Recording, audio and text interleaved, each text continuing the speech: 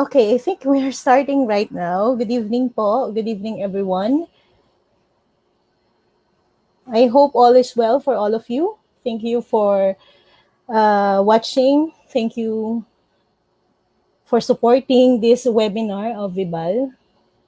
Yes, okay. I will be reading some of your comments. Hello. Okay, hello, Natalie Gonzalez from Pampanga. Missy Balansag. Okay. Hello there. Good evening. Okay. Sirlon Cadiz of Quezon City. Hello. Miss Abigail Maneklang of Santa Rosa City. Hello, good evening. Mr. Ryan Lansangan of Manila, UST Manila. Hello, good evening also. Hello also to all the teachers of Colegio de San Juan de Latran, Calamba. Hello. Yes, good evening.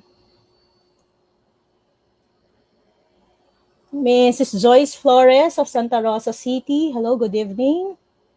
Good evening to all of you. Welcome to this webinar series. Good evening, everybody.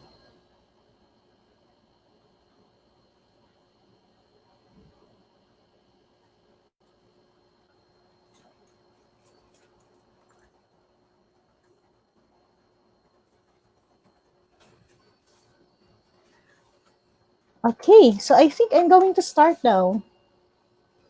Good evening, everyone. Welcome to another webinar series of Vibal. Of course, thank you very much, Vibal and Miss Kia, for inviting me here to be one of the speakers of Vibal. Thank you very much. I was assigned to discuss about Curriculum Primer for Parents, a guide in using online platforms for home learning.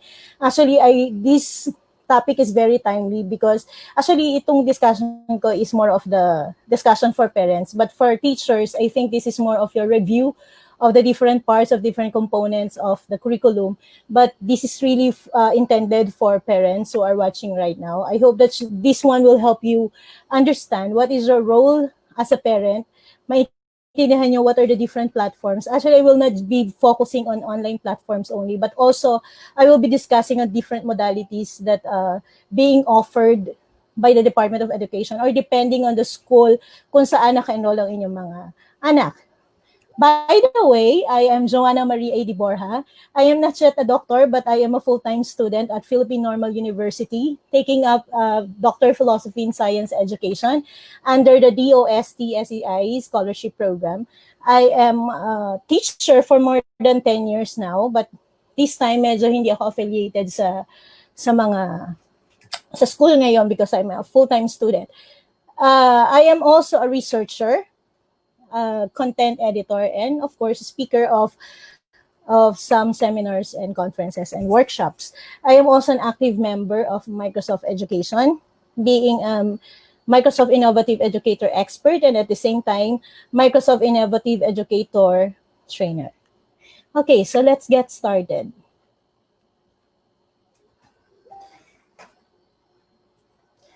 Okay, so welcome to our webinar. So what are we going to discuss in this webinar? Of course, since we are going to deal with curriculum primer, it is very important that I will discuss first what is curriculum primer. Okay?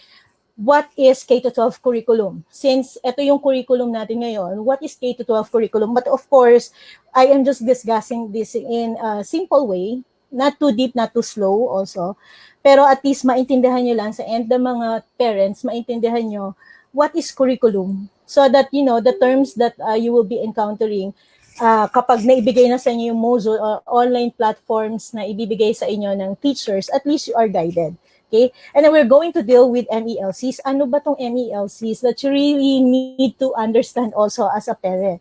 And then, of course, I will give guides or tips on how are you going to be equipped in this home learning or distance learning of the Department of Education. Okay, so how are you doing these days? I know everything is very tough. Maraming mga pagsubok. There are so many things that are happening around the world. But I know I am hoping na nakaka-cope up tayo. And the kids, kamusta po ba sila ang inyong mga anak? So I hope that they are doing fine. Hindi naman sana sila nakababad lang sa gadgets, parents. Because I am a mother of two also. My younger child is, excuse me, incoming grade 3, and my son is incoming grade 7. So meron akong dalawang anak. Okay? Sa iisang asawa, of course. So how are you going to assist your children in this kind of new normal? Okay, so the new now, ano bang gagawin natin? How are we going to assist the children? So same with teachers. I know this is also a big challenge for teachers because we're going to bring our traditional classroom, our face-to-face modality to the houses of our students. So doon natin bibit-bitin lahat. So paano ba yung gagawin natin para ma-assist natin yung learning ng mga estudyante? Okay, so in order for us, of course, to assist our student, the first thing first, parents, is for you to take the challenge. I know this will be challenging part for all of you, but I am hoping that by this time, naka-mindset na kayo that you will be the facilitator of learning. Ibig sabihin, you will be the one assisting your children, your kids, during the learning process. And of course, the teachers are there always para i-guide kayo if there are questions, you have queries, you have misconceptions about this and that in the curriculum. So at least dapat may strong partnership ang parent and teachers. I just hope that of course the local government is also doing their job or helping the school and the parents kung paano ba makaka-cope up dito sa situation na to, because I know lahat tayo as parent, we have this thinking that ang una natin sa lahat, our main objective, yung pinakagusto natin is to have a safety for our kids. So that's why we are very hesitant to let our kids to go to school. But of course, ang sagot naman ng Department of Education, we're not going to have the actual classroom setup, the traditional setup na kinalakihan natin. But this time, we're going to bring the classroom sa bahay nyo. Okay? So medyo maraming challenges. It's because you need to adjust also as a parent. Yung inyong bahay, maybe you're going to have a space for your kids. Ang magiging challenge na lang siguro dito are for those kids that, both parents are working. Kung hindi man ay nasa malayong lugar talaga, and it is very hard to reach these places. Kung walang gadgets, may answer din naman ang DepEd. So, merong modules na gagamitin. Okay? So, ang problema nga lang, yung mga parents. So, siguro ito na lang mga parents na to, o yung mga kids na to na may mga walang parents na mag-a-assist sa kanila during learning process or learning activities. So, before you go on to this task, we need to understand the curriculum first. Actually, this is not a question who has the greatest task or yung greatest gravity of task na gagawin dito sa new normal of education. Hindi yung, paano yan? So, kami na lang palang parents ang magtuturo sa mga anak namin. So, ano na lang gagawin ng mga teachers? Actually, it is not a question of kung sino yung may pinakamabigat ang trabaho. It is a question of how we are going to help our kids to learn or to have the skills that are required of them. Okay? Ang mga teachers, sa tingin ko dahil hindi naman ako ngayon nagtuturo, but I think it is more difficult for teachers. It's because they need to have the monitoring in a different way. Mas mahirap yung monitoring ng mga teachers now because dati nakaharap sila sa mga bata, nakikita nila sino yung hindi gumagawa, sino yung sumusunod, sino yung natutulog lang, so that alam nila kung tatapikin agad nila. But this time, this is a very different setup for teachers also. And they need to prepare learning materials for your kids because they need to adjust. Maaring you need a module, maaring you need an online. So we need to be flexible as teachers. So that's why, kaya nga tulungan. Hindi to usapin ng kung sino yung mas mabigat yung trabaho. But it is a question of sino ang mas kailangan nating sundin. Okay? Mas kailangan nating tulungan yung mga bata. I hope that I have a good audio. Can somebody tell me I have a good audio? Yes, okay po ba yung audio natin dyan? Somebody, okay po ba yung audio?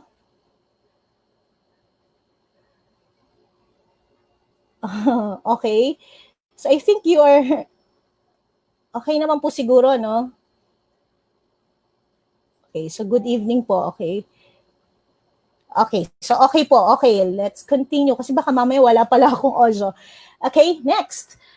Now, curriculum primer, that is the title of this webinar. What is curriculum primer? Now, curriculum primer, if you are a girl na mahilig sa makeup, you know for a fact that before you put your makeup, it is better to put primer. Okay, why? Kasi sabi ng mga makeup guru, mas makapit or mas adhesive makeup or long-lasting kapag uh, nalagyan mo na ng primer. So the same sa mga paint sa bahay natin before na maglagay talaga ng pinakapintura, naglalagay muna ng primer undercoat kasi it will give a long-lasting effect for the paints. So the same then, if you're going to consult Merriam-Webster, if you're going to define primer, primer is a small book for teacher or for teaching children to read, a small introductory book on a subject or a short informative piece of writing. So in short, it is a short information curriculum primer para maintindihan ng mga parents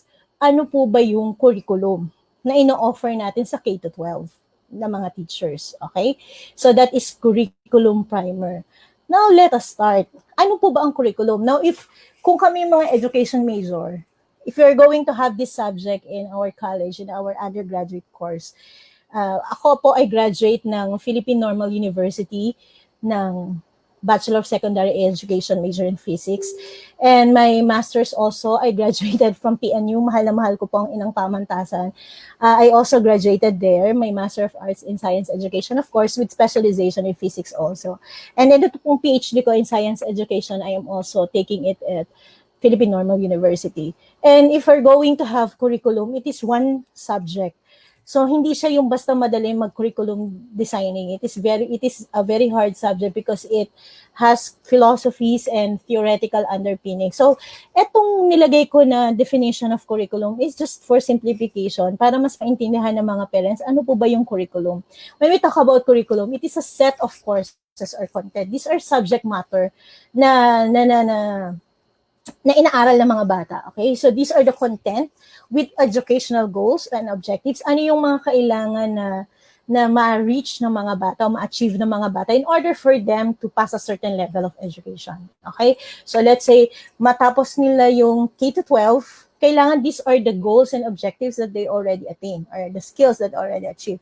It is a process by nature because there are learning activities by which students learn all the contents and they will be able to get all the objectives or achieve the objectives that are written in the curriculum. Okay, so which students achieve the learning goals. Okay, so yun po yung curriculum. Now, kung babalikan po natin yung curriculum natin, just an information, every country has its own curriculum. Yung curriculum po natin is different from the curriculum of Singapore. Iba din po sa US, iba din po sa Japan, iba sa New Zealand.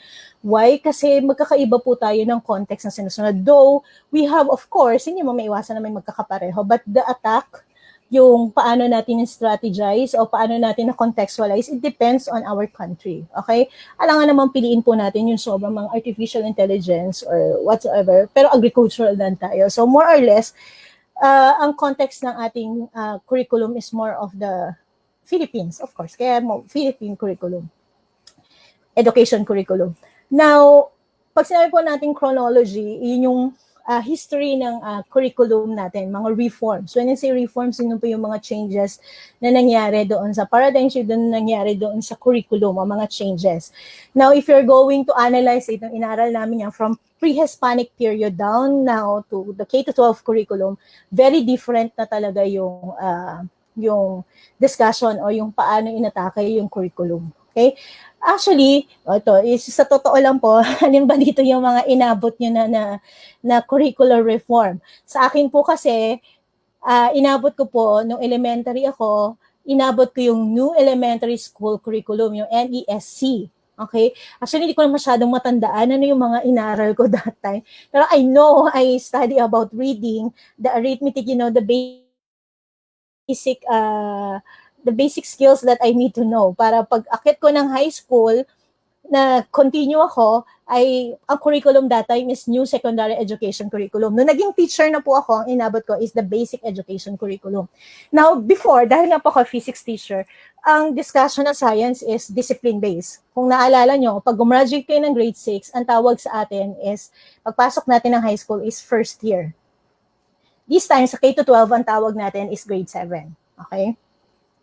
Dati, kapag diniscuss ang science, ang coverage ng science ng first year ay general science. Pagdating ng second year, it is biology. Third year is chemistry. Fourth year is physics. So, it depends on the discipline. Naka-discipline-based po yung ating science. Before, same with mathematics. So, mathematics, pagbasok nyo, general math, and then you have the algebra, tapos you have trigonometry, geometry, hindi ko alam pagkakasunod. Yun yung po yung style ng curriculum natin. But this time, baka po magtaka kayo kapag nireview nyo na yung mga anak nyo, bakit first quarter ay earth science? Pagdating ng second quarter, bakit naging biology? But third quarter, chemistry? Baka po malito kayo pag tinuturuan nyo na po yung anak nyo.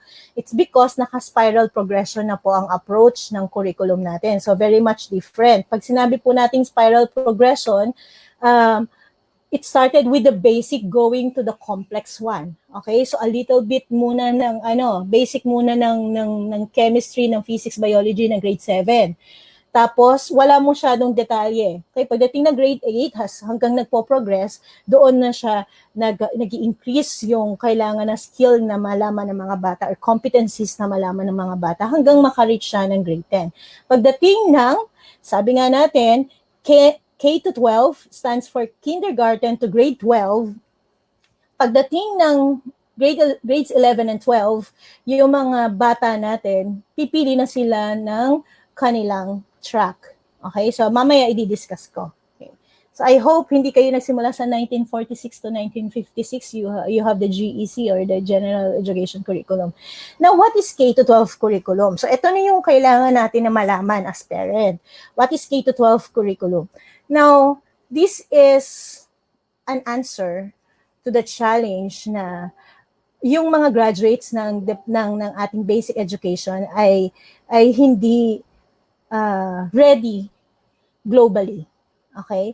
It's because kulang daw tayo ng 2 years sa basic education. So that's why panahon ni President Noynoy Aquino, nagkaroon ng K-12, additional 2 years sa curriculum natin. So that's why it is K-12.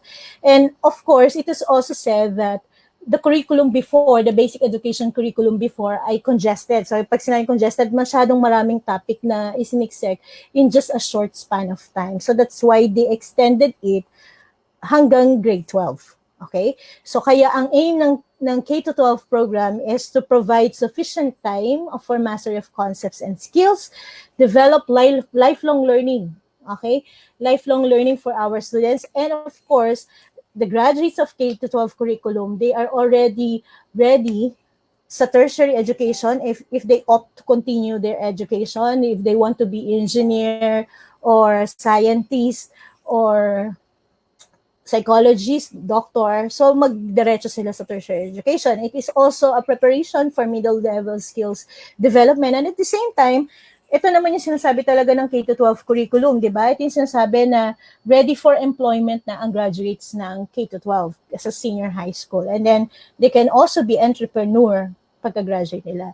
And the aim of K-12, ito po, parents, pagka-graduate po ng ating mga bata, they are holistically developed with 21st century skills. So meron tayong 4 na 21st century. So, you know, there are so many 21st century skills na kailangan ngayon sa society or sa global market, okay? Okay. Next. Okay, nawala ako. There. So ito yung discussion natin. So sinasabi ko nga doon sa K-12 program natin, we have the 6 years of 6 years of elementary, and then you have the kindergarten. For the junior high school, ang tawag po natin doon sa first year to fourth year is junior high school. We call it now as grade 7 to 10. Sa curriculum din po na K-12 ay binigang emphasis din ang technology livelihood education. So merong exploratory in nature sa grade 7 to 8. Ito yung mga topics na in-spread out sa grade 7 and 8, yung baking, cookery, electronics, yung mga ganong mga subjects sa TLE. Pagdating nila ng grade 9 and 10, papipiliin naman sila kung ano yung gusto nila na maging specialization nila sa TLE. Okay? Pagdating naman ng senior high school, I do na to, before they go to senior high school, grade 9 kasi meron ng NCAE. Parents, pag sinabi pong NCAE, that is National Career Assessment Exam. Yung result ng exam na yon will guide the students ano ba yung track na gusto nilang kunin pagdating nila ng senior high school. It will serve as a guide, okay, para at least makapag-decide yung mga anak natin ano ba yung gusto nila na i-take. Okay?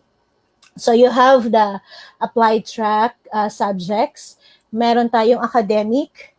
So kapag ito yung mga tipo na kung gusto nila magdiretso sa college, they want to go to engineering, they're going to take STEM. I know for STEM, kailangan po dyan ay 85 ang grade sa math and science.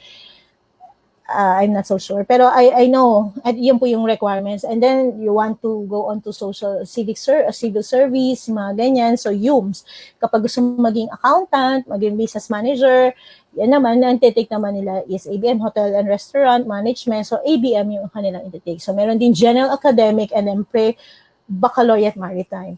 Now, if your children opt to have courses o yung track na TVL, ito yung pagka-graduate ay pwede na magtrabaho or maging entrepreneur, pwede din naman, so same with sports and arts design, so agri-fishery, home economics, ICT, industrial arts, TVL, and maritime. So ito yung mga subjects na, ito yung mga courses na pwede nila tracks para rather na iti-take ng mga bata pag-take nila ng kanilang senior high school. Okay, so I hope that parents understand this para alam nila na hindi sila mabibigla, ano na to, bakit nagkaganito, bakit ganito ang kinukuha mo. So, it depends on the curriculum na ibinibigay ni DepEd. Okay, so what are the features of K-12 curriculum? Of course, kaya nga kindergarten to grade 12, K-12. So it will strengthen the early childhood education, kaya may universal kindergarten. So lahat required na mag-take ng kindergarten. Okay? Making the curriculum relevant to learners. Ito yung sinasabi kong contextualization. So depende, alangan naman po ang lugar ng inyong anak ay nasa agricultural land or kaya ay pangingisda ang pinamumuhay ng mga tao. And of course, ang attack ng mga teachers dyan is something to do with yung interest ng mga bata, the needs of the student. So, para makatulong din sila sa kanilang lugar. Okay? So, it is contextualized. Kapag mga indigenous people, sa indigenous people, so ganun din yung ginagawa nila. Okay? So, naka-contextualize din siya. Okay? Ensuring integrated and seamless learning. So, spiral progression. I already mentioned this one. So, naka-spiral progression na rin po. So, nagbasa lang ako ng comment. Masyado daw akong sa kamay. Okay? Okay, so building proficiency through language o mother tongue. So, kung mapapansin nyo, baka magulat kayo, magtuturo kayo ng anak na grade 1. Ano to? Bakit may mother tongue na subject? Yan, kasi part na po siya ng K-12 curriculum. So, yan po ay para maging multilingual or ma-enhance yung multilingual education sa K-12 curriculum. Okay? So, kaya may mother tongue. So, kapag kayo ay sa lugar nyo ay meron kayong sariling dialekto, yun po yung inyong mother tongue, tapos Filipino, tapos English. Okay? So, multilingual education. Gearing up for the future, of course, that's why we're offering the senior high school. Okay? So, kasi para nga pag-graduate nila, pwede na silang mag-work. So, para kasi sa US, ganyan, pagka-graduate nila ng basic ed, pwede na silang magtrabaho. So, the same din yun yung aim natin sa K-12 curriculum. Now, nurturing the holistically developed Filipino, of course, ito yung nabanggit ko na students must be, or the graduates of K-12 curriculum have or achieved the 21st century skills. They already attained these skills. Okay, so take note, Kaya nga sinabing enrich curriculum, so ibig sabihin may mga integration o may mga idinagdag na doon sa curriculum para mas applicable sa global needs. Okay, so the first one is technology enhanced. So there are already enhancement or integration of technology in the curriculum. Updated na rin, may mga integration na rin ng current issues. Actually, yung DRR or disaster risk reduction is already included in the K-12, in the senior high school curriculum. Tapos, may mga climate change. We are teaching that in our students. So, yung mga pag-weigh ng mga fake news, yan, para malaman yung mga fake news or kailangan ba natin itong i-share o paano ba natin i-discuss yung mga ganitong bagay, dinidiscuss siya sa enriched curriculum. Value-laden, of course, this is very important. Kaya nga, kailangan balance din naman. So it is not really about just the content or the skills that we need to learn, but also, kaya nga meron na ring edukasyon sa pagpapakatao kasi it should be value-laden also, the enriched curriculum. And of course, last but not the least, is to develop the 21st century skills of the students. So, ano ba itong mga 21st century skills na sinasabi? Kasi, pag kayo na po ang magtuturo sa mga bata, ito dapat yung kailangan nating ma-develop sa mga students o sa mga bata, sa mga anak po natin. Kaya nga, it is not advisable that if a teacher sends you module or mga online learning activities, hindi maganda na ang parent ang sasagot. What are you going to do as a parent is just to assist your children. Kasi otherwise, you are defeating the purpose of acquiring the 21st century skills. So, ibig sabihin, ang nangyayari, si nanay at si tatay ang nagkaroon ng 21st century skills. Hindi po yung mga anak natin. So, pero pwede din naman, no? Maganda. Kayo pareho na-acquire ng 21st century skills. Because dati, ang technology natin is yung mga typewriter lang and the basic computer like that this time, we're going to have technology skills na involving the use of internet, and you're going to have applications, different applications that you need to download and then upload videos and whatsoever. These are technology skills. Information and media skills are very important kasi very exposed ang mga bata sa social media. So that's why it is very important that we teach our students with this kind of skill para alam nila ano ba yung mga applications or mga websites or mga nasa information sa internet, sa social media na sa tingin ko ay irrelevant naman to. Relevant ito po sa akin, so kailangan ko to. So we need to teach the children this kind of skills. So information media. Pag sinabi po natin information media and technology skills, hindi po to yung skill na pumipindot-pindot lang sa iPad or sa laptop. Hindi po yon. Ang sinasabi natin dito is how are they going to weigh information? How are they going to use or apply the information or the skills para sa improvement ng society? That's IMT, okay? When we talk about learning and innovation skills, that's why we're teaching our students with critical thinking, yan, yung mga ganun. So meron akong notes about that. So you have critical thinking, of course, may research skills din na tinuturo sa mga bata. Creativity, of course, curiosity, imagination. So lahat yan ay kailangan ma-imbibe or ma-achieve ng mga bata bago sila gumraduate ng K-12. Okay? So dapat marunong na sila mag-research, marunong na sila mag-innovate, mag-imagine paano kaya ako i-improve tong bag ko in such a way na hindi masyado mabigat pag binitbit ko. Okay? So that is innovative skills. So na ano yung imagination nila, yung skills na creativity, critical thinking. Okay? Paano kaya ako makakatulong sa society ko amidst COVID-19 pandemic? Paano kaya makagawa kaya ako ng isang mask na makakatulong para hindi basta-basta magta-transfer yung virus like that. Okay? So may mga innovations na may isip na I hope that these skills ay ma-develop sa ating mga estudyante, sa ating mga anak rather.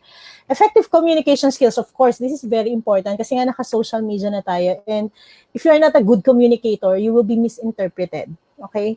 Kaya nga minsan, di ba, may mga tao na kapag nag-post, nami-misinterpret sila, it's because they are not good communicator, hindi effective yung kanilang communication skills. Or may mga sinasabi sila na nami-misinterpret sila, it's because hindi tama yung approach nila doon sa tao. So that's why it is very important that they have this kind of skill, the effective communication skills. And of course, the life and career skills, this is very important. This skill is very important kasi nga, itong nagkaroon ng pandemic, nasa bahay lang, di ba? That's why tinuruan ko yung anak ko na magluto, maglinis ng bahay, kanya maglaba, kasi these are life skills na kailangan nilang malaman. Okay, these are yung mga, kaya nga ang challenge din sa mga teachers is to prepare learning materials or learning activities for the kids na magagamit yung mga materials na nasa bahay. Okay? Mahirap din yung trabaho ng teachers. I do not know if you can see this. So what's inside? So naintindihan na natin what is curriculum, ano ba yung bakit ba nagkaroon ng K-12 curriculum and all. Ito pong pinapakita ko is a sample curriculum guide ng science. Take note po, bawat subject merong curriculum guide. Okay, so let's say merong 8 subjects ang anak nyo, may 8 na curriculum guide na kailangan yung sundan. Kaya lang kasi may binago na doon sa learning competencies, kaya nga may MELCs. Mamaya, didiscuss ko yan. Okay, may mga learning standards. Diba pag sinabi nating standards, there is a certain, there is established standard, ano ba yan? May established something na binigay ng Department of Education. I have note for that. Okay? So these are standards na kailangan sundin ng mga bata, okay? So standard, something that is established. Okay, yun. Established. I'm looking for the word. So something that is established by an authority. So sa case natin, Department of Education yung ating authority. Okay? So, kailangan magkaroon. These are concise, written descriptions of what students are expected to know and be able to do at a specific stage of their education. So, kung halimbawa, K-12 science, merong pinaka-core learning area standard ang science. So, meaning to say, at the end of the K-12 curriculum, eto na yung lahat ng mga skills na na-develop dapat ng mga bata na graduate ng K-12. Okay? Pag sinabi naman natin key stage standard, ito yung from grade kindergarten to grade 3. Ito na to. Halimbawa, sa mathematics, so curriculum guide ng mathematics. So kindergarten to grade 3, dapat by that time, marunong nang mag-subtract, mag-add, mag-multiply, mag-divide ang bata after ng grade 3. Bago niya pala matapos ang grade 3, dapat na-acquire na niya yung mga skills. No? Kaya nga po, parents, it is not really advisable that you are the one who will answer the learning activities that will be sent to you. So it should be the student, your kids. Ang task niya talaga is just facilitator. Kung may mga questions lang o may mga agam-agam o nalilito yung bata, dun nyo lang siya tuturuan. But in the actual assessment, hindi pwede na kayo yung magsasagot, okay? Kasi dapat yung mga bata. Kasi ang purpose natin dito, performance-based kasi ang K-12. So, dapat nagpa-perform yung mga bata, sila mismo yung natututo, na-acquire nila yung competencies na kailangan nila. Grade level standards naman, pagka-graduate naman nila ng grade 5 o kaya ng grade 7 or grade 10, ano na yung, na pag tinake nila yung grade 8 science, ano yung kailangan nilang naintindihan na. So, bawat stage, merong mga learning standards na kailangan ma-attain yung mga bata. Okay? Next. Ito po yung sinasabi ko na spiral progression. Dati po, ang lessons natin nung tayo po ay nag-high school or nag-elementary, naka-discipline based po. So this time, this is a very different curriculum kasi sa first quarter, let's say chemistry, matter po yung dinidiscuss, and then second quarter, living things and their environment. So ang dinidiscuss na dito is biology. Pagdating ng third quarter is more of physics, force, motion, and energy. And then you have earth and space ng fourth quarter. So iba na yung attack natin dito sa ating lessons. Pagdating natin sa K-12 curriculum, very much different. Pagdating na grade 8, 9, and 10, so of course, the curriculum experts ng science, they I thought na itong unahin muna natin yung force, motion, and energy as a continuation of the Earth and Space ng grade 7. Tapos Earth and Space. So ito pong lahat ng curriculum na po ito ay galing po sa masusing pag-aaral ng mga experts. But of course, every now and then may mga changes pero very minimal, or may mga addition, or so may mga tinatanggal or alterations doon sa curriculum. But then ito na po yung pinaka-standard. Kaya nga po standard, ito na yung naka-establish na sa atin na kailangan nating sundin. Okay? Next, sa loob po ng bawat curriculum, ng bawat curricular guide, merong content, may content standards, may performance standards, and learning competencies. Now, what is in content? Sabi ko nga sa inyo, curriculum, its main part is the content and then yung mga learning goals. Okay? So, paano ba na-achieve yung mga learning goals? So, let's say for example, ang topic of discussion is about land and sea breezes, monsoons. Ito po yung famous na lagi nating naririnig sa weather forecast, yung intertropical convergence zone. You have the ozone depletion and then the greenhouse effect. Pag sinabi po nating content standards, yung content standards po, syempre, nanggaling po siya sa content. Take note po, itong apat na ito, they are related to each other. They are parallel to each other. So, di ba, alam po yan ng mga teachers, parallel po dapat siya. Bago yan mga napapunta sa learning competencies, dapat nanggaling po siya sa pinaka-umbrella na content. Okay? When we talk about content standard, this is the what. Ano ba yung kailangan, essential knowledge na makuha or understanding ng mga bata. Okay? So, ito po yung content standards. When we talk about performance standards, this is the how. Paano po gagawin? O these are the abilities and skills ng learners na kailangan nila ma-demonstrate to check kung naintindihan nila yung content. Okay?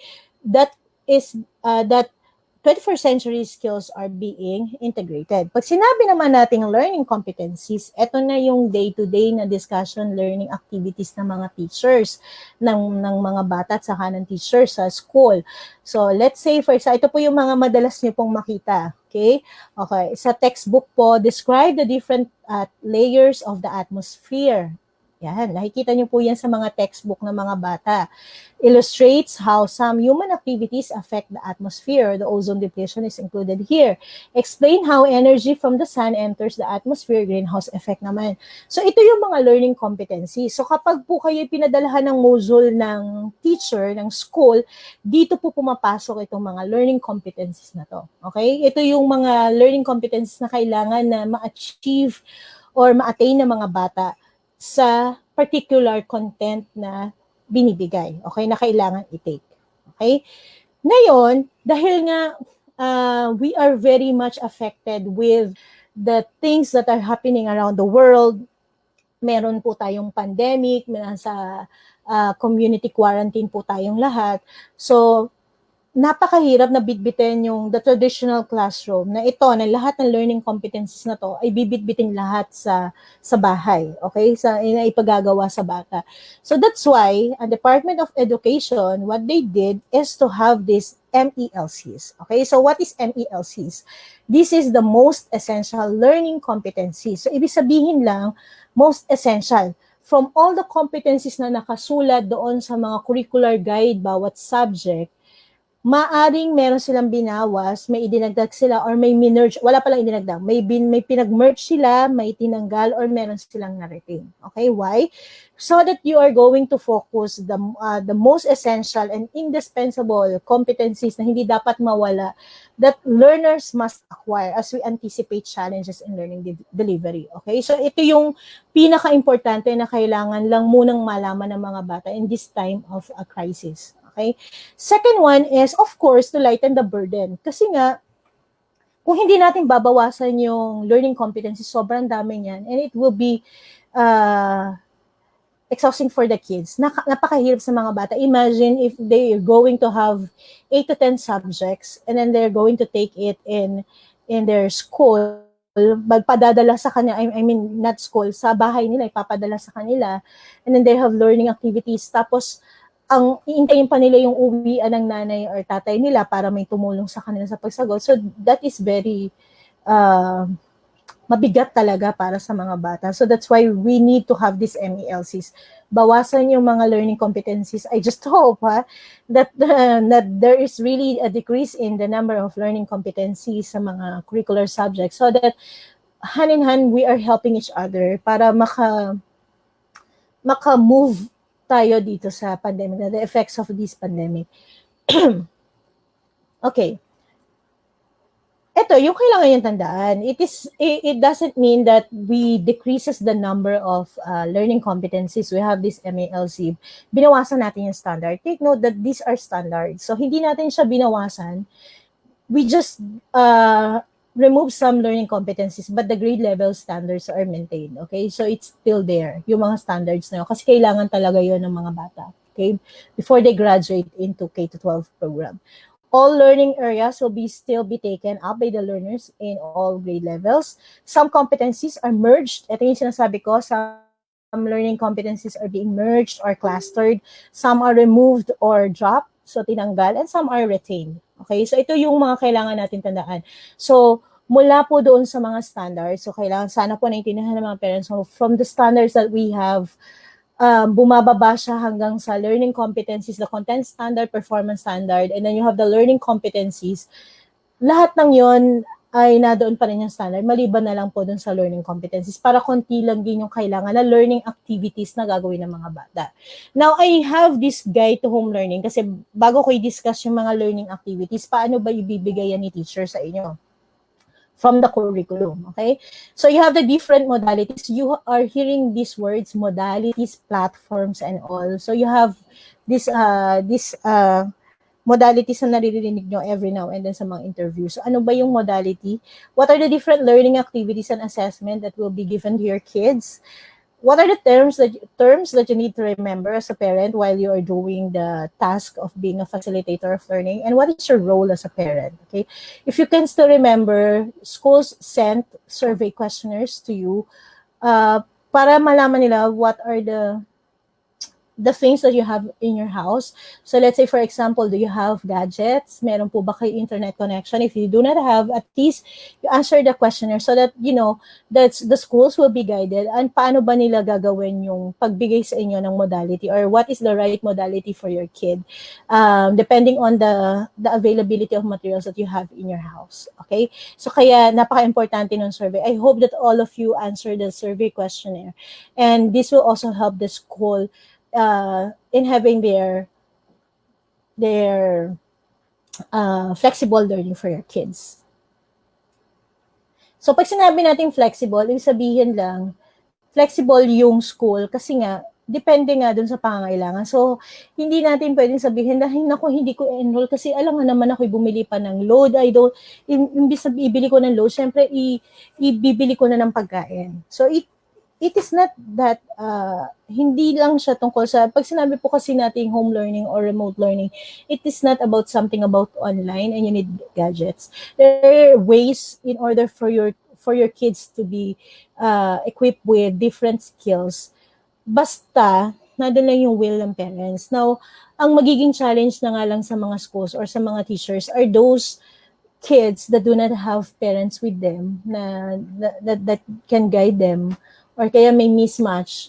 Ang bata is grade 10 or grade 9 pero yung tinapos ng parent is let's say elementary but still yung mga learning modules naman na ipadadala ay self-paced. So ibig sabihin kahit walang masyadong guidance kaya nga self-paced kayang makasunod ng bata. So maganda yung as a teacher challenge po yun kasi nga kailangan maganda yung pagkakagawa ng learning modules para kahit walang help ng parents ay makakasunod yung bata. Don't worry, kaya meron tayong learning modalities or we have flexible learning. It's because we have the no child left behind. We are into this context that there should no child na maiiwanan, and at the same time nandun yung inclusivity or inclusive education. Kaya nga kaya nga nagiging flexible yung school dapat. When we talk about learning modalities, these are sensory channels or ito yung mga pathways or yung mga daan para yung mga bata ay ma-receive nila or ma-store nila yung information sa kanila or they will be able to acquire the competencies that are required of them. Of course, I put X in the face-to-face modality kasi nga hindi natin to. Ito nga yung ayaw natin, di ba? Kaya nga ayaw i-enroll ng mga parents ang mga anak nila. It's because they do not want to have the face-to-face or the traditional classroom setup. Now, naka-X yan because hindi rin naman siya ina-advise ng Department of Education. But then, excuse me, but then, of course, may mga places din kasi na inaalaw, katulad yung mga nasa liblib na lugar, hindi naman talaga napapasok ng COVID-19 or wala talagang ano yun, transition ng tao sa kanila, walang lumalabas o pumapasok sa kanila ng ibang tao. I think parang doon ina-advise yung face-to-face. But of course, in this time of pandemic, itong nasa ka-quarantine period tayo, I know that we are going to have this 3 modalities na pwede nating sundin. The first one, kailangan para matandaan, it can be online digital. Okay? Pag sinabi po nating online digital, you have the internet and at the same time may gadget po kayo. Okay? So, pwedeng ganitong online digital, magpapadala si teachers ng mga links, ng mga YouTube channel, kung halimbawa may papapanood sa inyo ang teacher, kung halimbawa yung topic kanina is intertropical convergence zone, magpapadala ng links si teacher ng weather forecast, paano ba dinidescribe doon ng intertropical convergence zone, tapos may mga guide questions na sasagutan. That is online digital.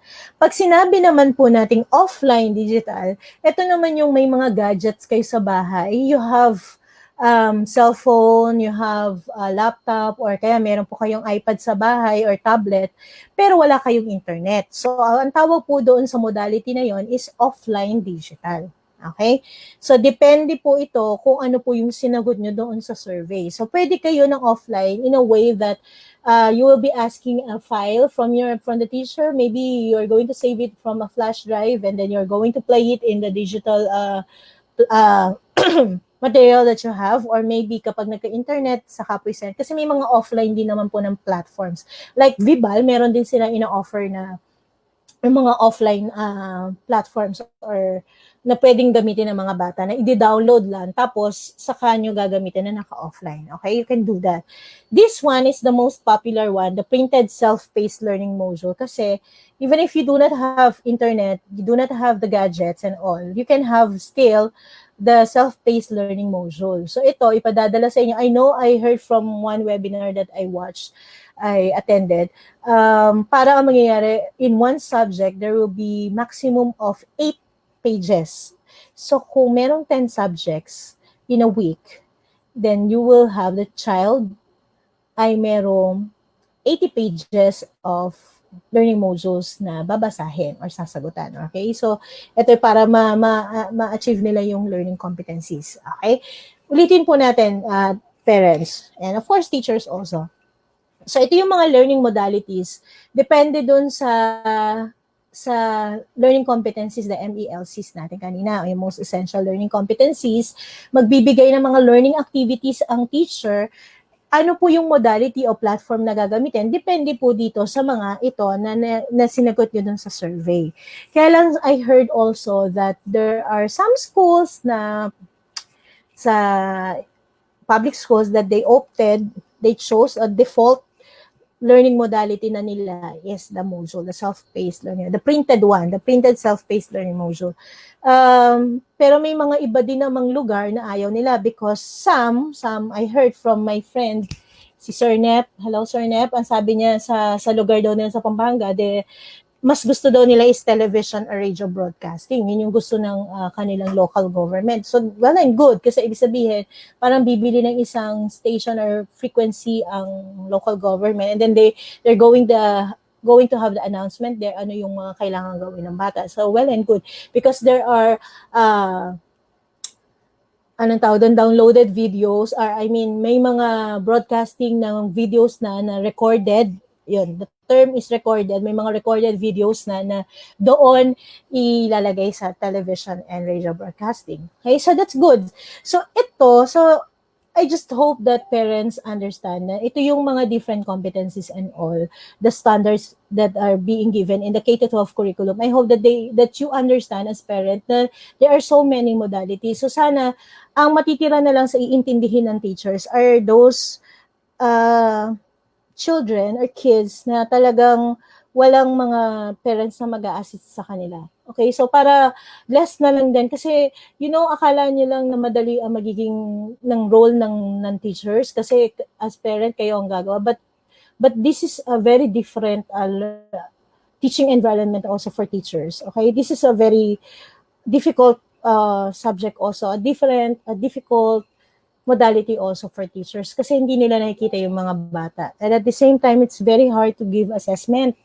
Very challenging yan. Hindi kasi talaga makikita kung sino talaga yung honest to goodness na magsasagot or magkokopyahan na lang yan. Ang mga bata ipipicturean and then sasend sa ka-classmate.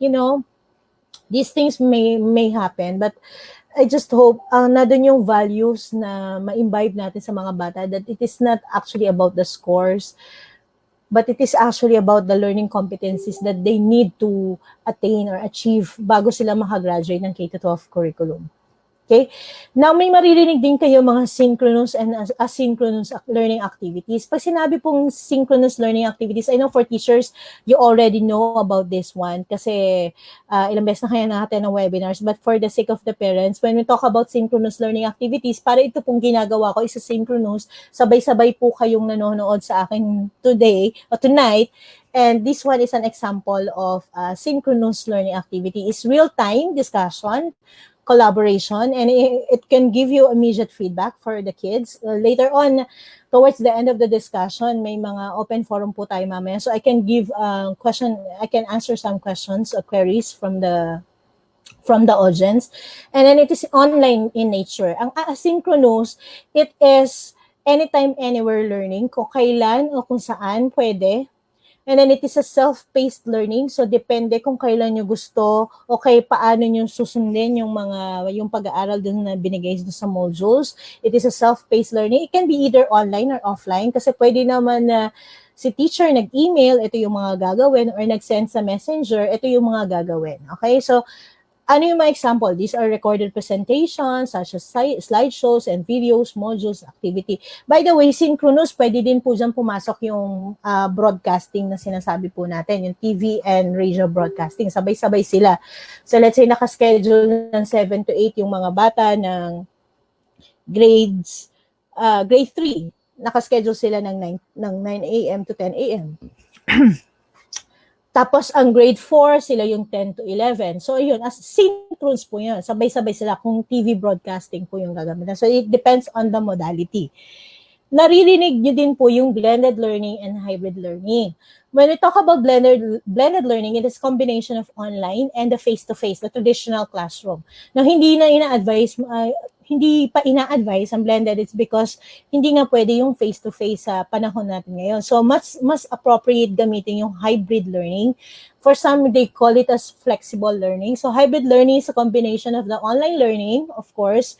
The activities are being given in online learning. And then if the students have questions to ask for the teachers, they can have online interaction. So, it's more of the hybrid learning. Okay? Now, so sabi ko nga, meron tayo mga MELCs, the learning competencies. The learning competencies are comprised of learning activities and the assessments. O, dito very interested ang mga parents sa assessment kasi gusto nila malaman paano ba ginegradean ang kanilang mga anak. So they have the learning activities. It can be individual by nature or interactive by nature. And then you have the assessment, or you have the formative and the summative. Pag sinabi po natin individual, of course, ito po yung ginagawa natin self-paced. Okay?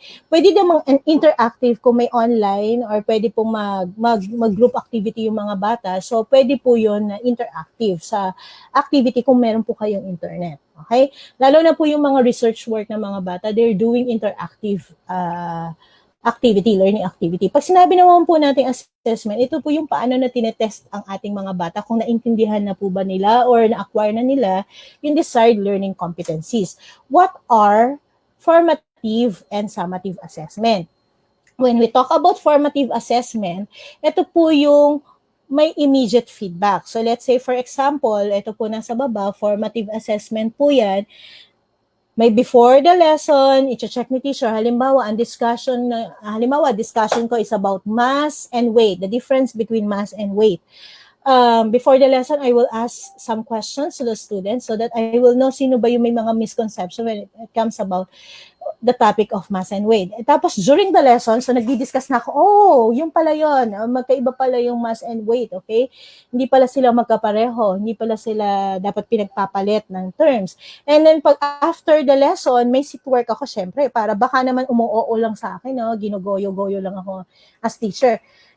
So syempre, after the lesson, i-check ko kung naiintindihan ba nila. Okay, so may sit work ako. So these are formative assessments. So pwede yung gawin sa learning activities na isa-send sa inyo ng mga teachers.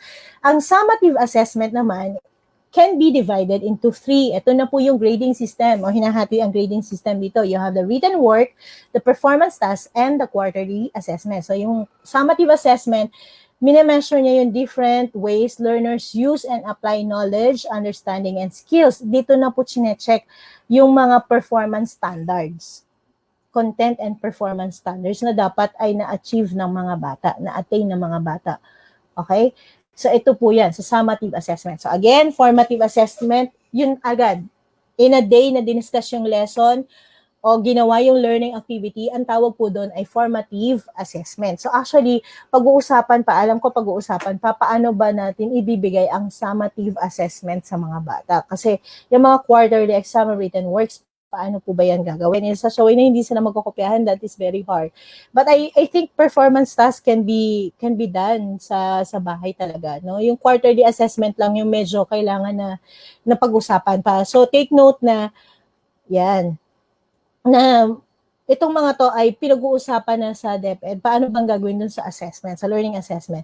Then you have the learning management system. So the LMS, maririnig nyo din po itong learning management system. Bakit po kailangan ng learning management system? Ito po kasi mas madali para sa teachers to keep track of their students, for them to know, para mas organized. Kasi ang hirap kasi kay teacher na halimbawa sa isang klase, halimbawa one section Dalton.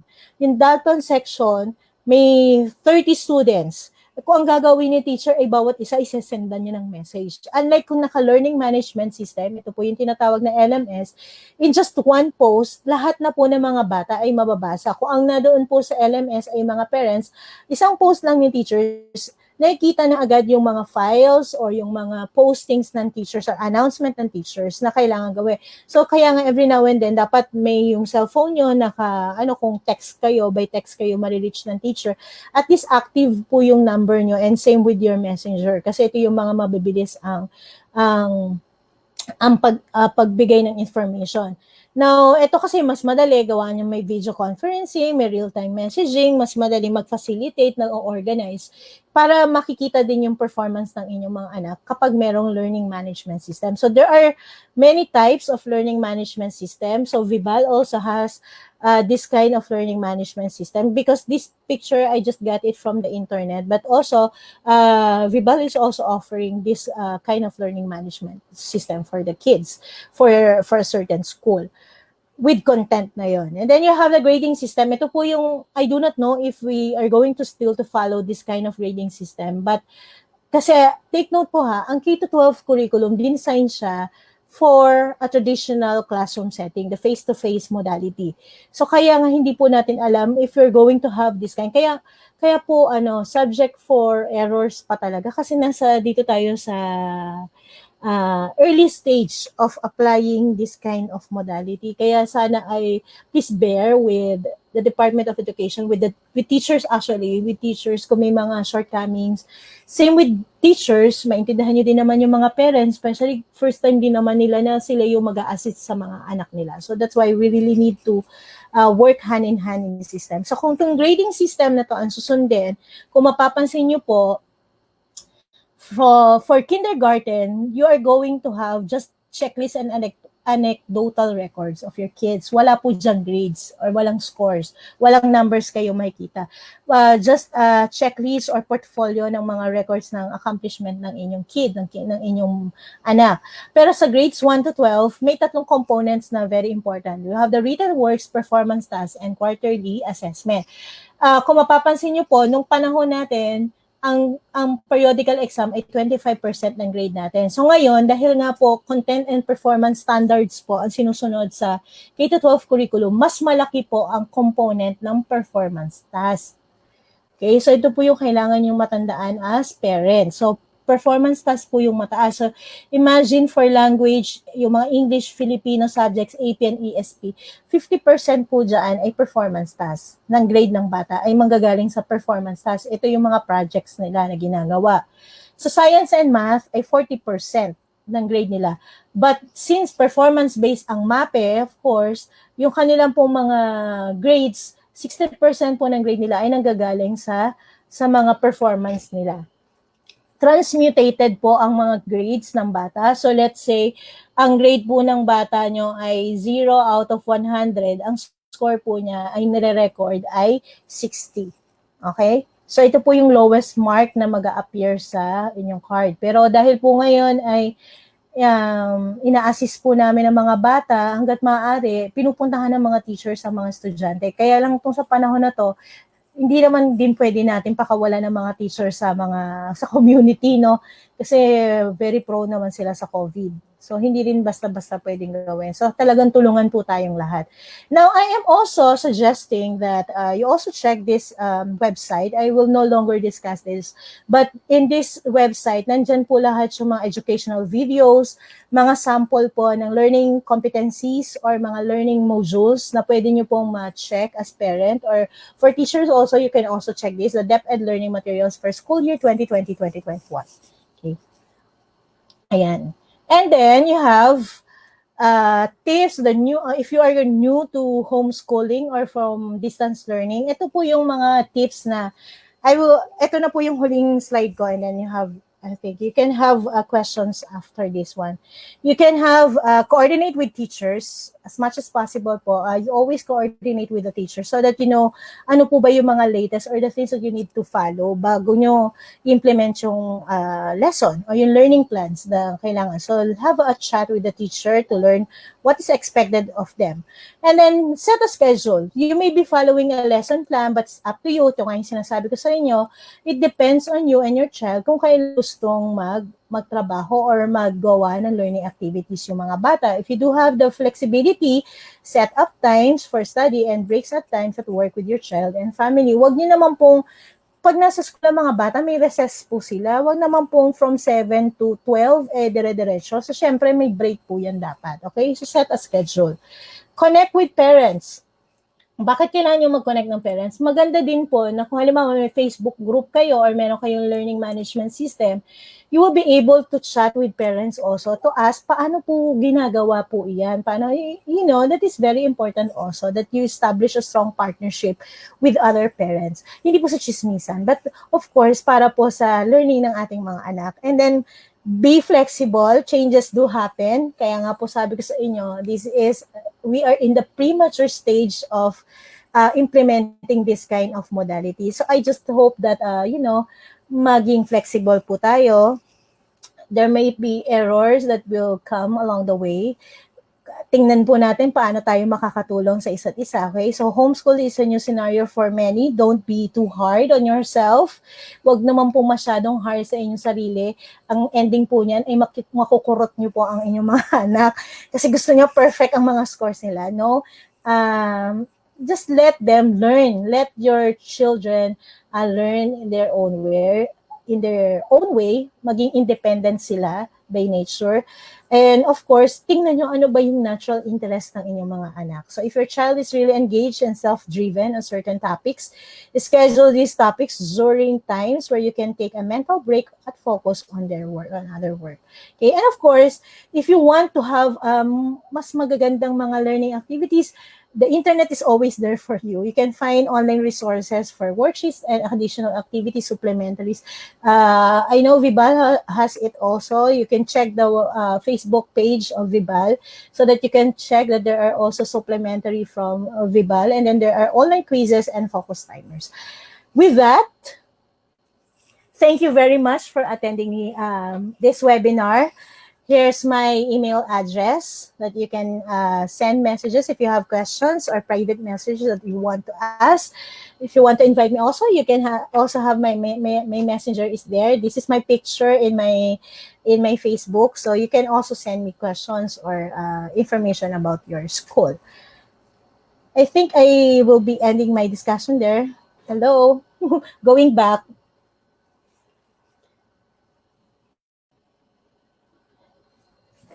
Okay. So I will be checking.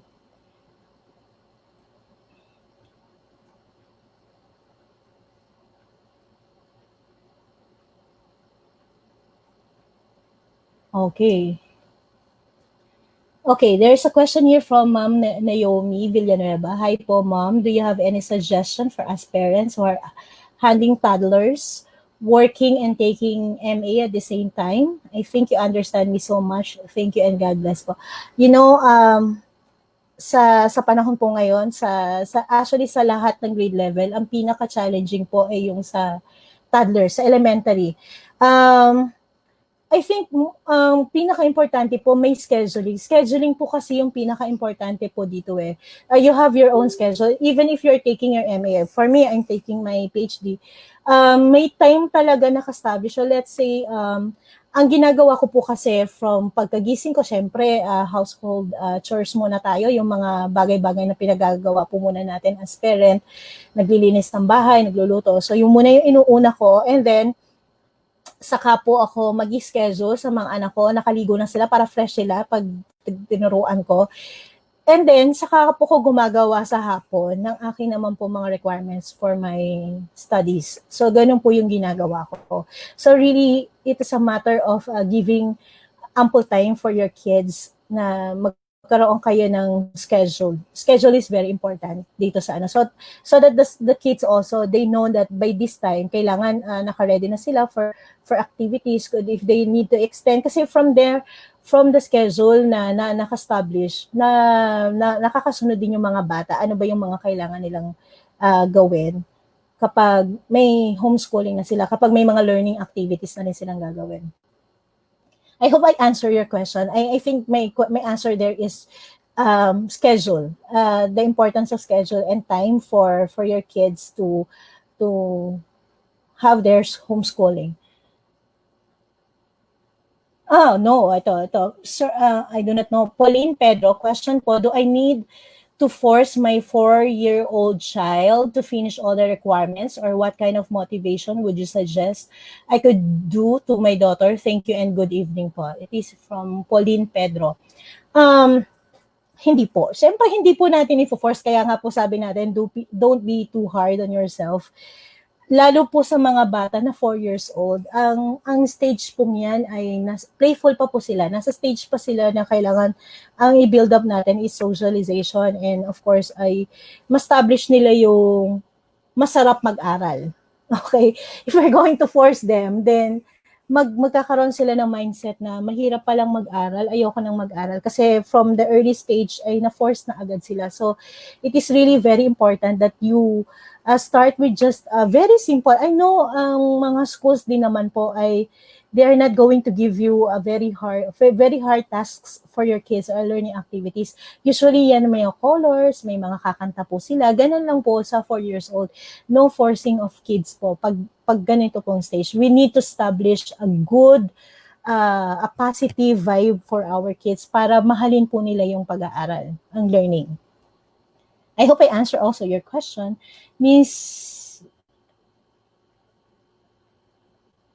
Okay, ito po yung kanina ko pa pong sinasabi. From Miss Rachelina Aquino. Hello po. Hi ma'am, madam. Do you suggest parents to involve ourselves in their assessments? Concerns of teachers are always our involvement in assessment. We are at home and syempre ma'am, we are seeing our children study. Thank you po. Okay. Yung towards the end of yung fourth quarter po ng mga anak ko sa school nila, nag-online learning na po kami, nag-distance learning na po kami kasi nga inabot kami, late kasi yung start ng school year namin. And then, nagkaroon kami ng fourth quarter namin na naka-distance learning yung approach. So, siguro ang sa akin po kasi hindi ko talaga sila tinuruan ng sagot. What I did is that pag may mga questions lang sila along the way, kasi tinuruan ko muna sila bago ko i-discuss. Kasi ang siguro pinaka-importante sa lahat is turuan nyo pong maging independent learners ang mga anak nyo. Sa akin po kasi, kung reader na po ang anak nyo, I do not know, Ma'am Rachelina Aquino, if your child is already a reader, hayaan nyo po silang basahin muna yung pinapagawa ni teacher. Wag niyo po muna siyang pagbasa, wag niyo siyang ikaw ang magbasa sa kanya. Much better if you let them read the passage or kung ano man yung learning activity na pinapagawa.